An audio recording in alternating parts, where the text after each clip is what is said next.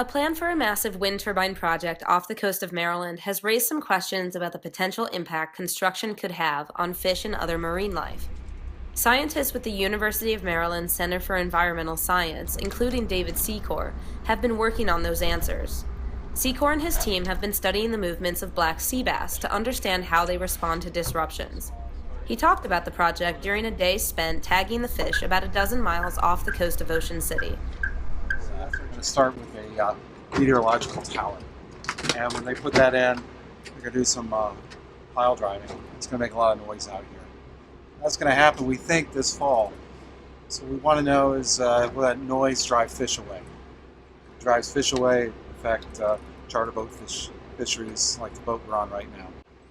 So what we're doing is we're tagging black sea bass, very important fish, a fish that tends to stay sedentary if left to its own devices, left undisturbed.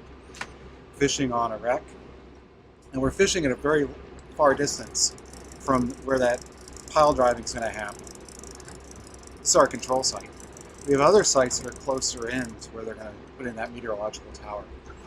And our prediction is that black sea bass here will not be moving around very much as we're putting in that tower. The ones closer in will. And that'll give us some idea then, not only in terms of this particular disturbance, but when they build the wind towers, what kind of disturbance that they will be making as well.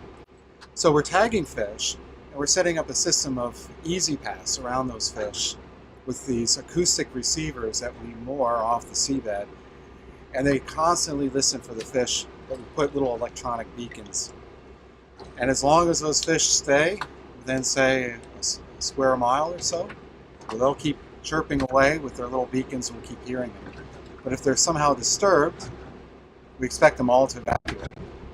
And how long they evacuate will tell us how big that disturbance is. Last year, we did this experiment.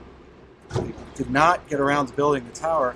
A very large tropical storm came through and caused most of the black sea bass to evacuate. It was that big of a disturbance.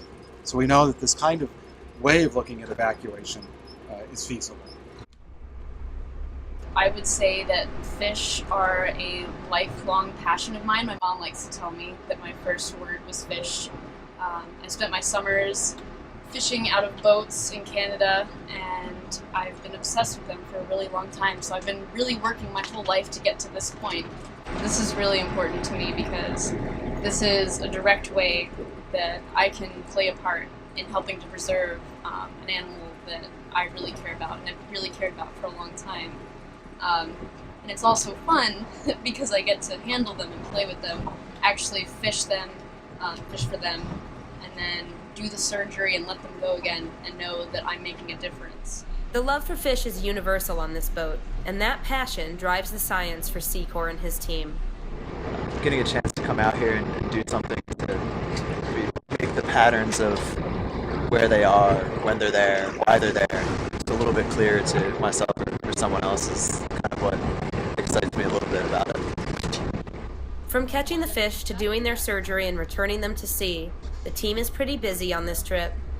The only time the pace slows is between bites.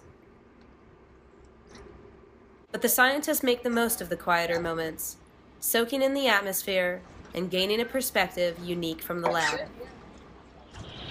I mean, there's something to be said, like, getting outside and getting to work hands-on with, like, the animal you're studying, and that it's amazing, and it's one of the reasons why I love the job. But also, I mean, there's something to be said just, like, the value and the perspective, and, I mean, the experience itself, and getting to talk to the captain and the mate, and, like, the stories and the experience that they have.